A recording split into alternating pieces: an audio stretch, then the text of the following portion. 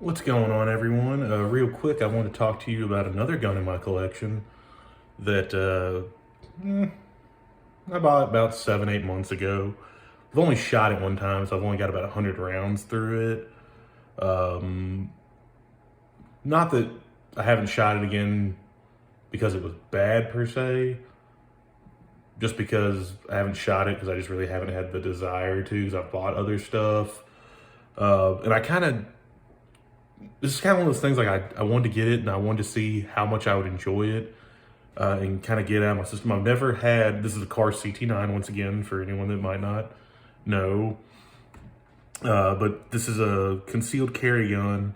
And one reason I want to go ahead and get this is because I remember in the 90s, like Kahr was like really geared toward the concealed carry market. But now there's so many double stack micro compact 9 millimeters. I just don't know like where Kahr goes from here. I'm sure there's still a market for single stack stuff in certain states, but I wanted to get a Kahr CT9 or some sort of Kahr. I looked at some of the older ones with the metal frames, but I thought I'd rather just have more of a polymer because I might end up carrying it. I don't think I'll probably ever carry this because, one, I don't have a holster for it, and two, I just have stuff with more capacity for concealed carry. But not that this isn't worthy of concealed carrying, because it is fairly accurate. Real quick, we'll safety check it. The gun is empty. By the way, these are the hardest magazines ever to load. I don't know why. And they're kind of hard to find too online. But single stack 9mm. I kind of wanted something that is pleasant to shoot, and it is a good size. It's very slim. Got the nice lollipop style sights. Sorry, I'm trying to get them in focus for the camera. Give you a nice side profile view. I do like the two-tone.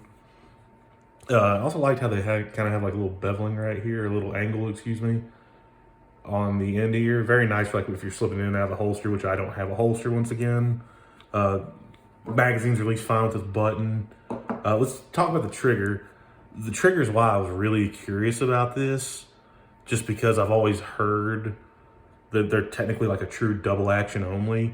And a friend of mine, his boss carried one of the smaller cars. This has been like 15 years ago. And I got to dry fire it one time, like out in the parking lot when my buddy was closing up a shop. But it always was cool. I always thought it was a cool gun. And again, like I said, in the 90s, this company was all about concealed carry and smaller guns, but like very, very well made, very nice guns. Like I have a friend, he has a couple cars and he really enjoys it. And he has a couple because he enjoyed shooting it so much. His wife shot it one time and she had to have one, and they swear by theirs. Let's do this trigger real quick. It's a long double action pull, but it's very smooth, and the reset is of course way out here. But like there's no stacking. I'm gonna do it again. Or there's no like creep or anything. It's just a very nice smooth take up. And then just right to that wall. And the reset, you have to let it out a little bit. That's the part I don't like, but what are you gonna do? I knew that was coming. I could see something like this being great for people that were like, or even police officers that were carrying revolvers in the 80s.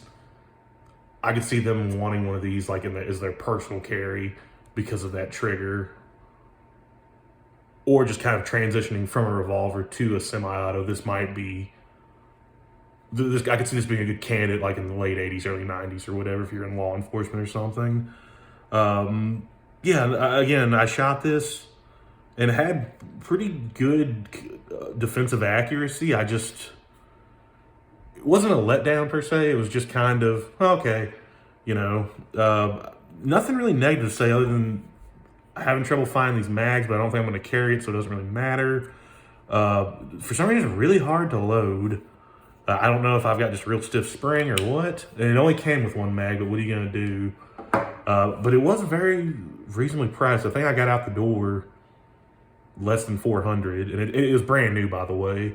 The only thing I can complain about is, and again, I don't think this is necessarily Kahr's fault, Where I bought this, they had all their guns behind the counter, like on a metal rack with like little hooks that would go through the trigger guard.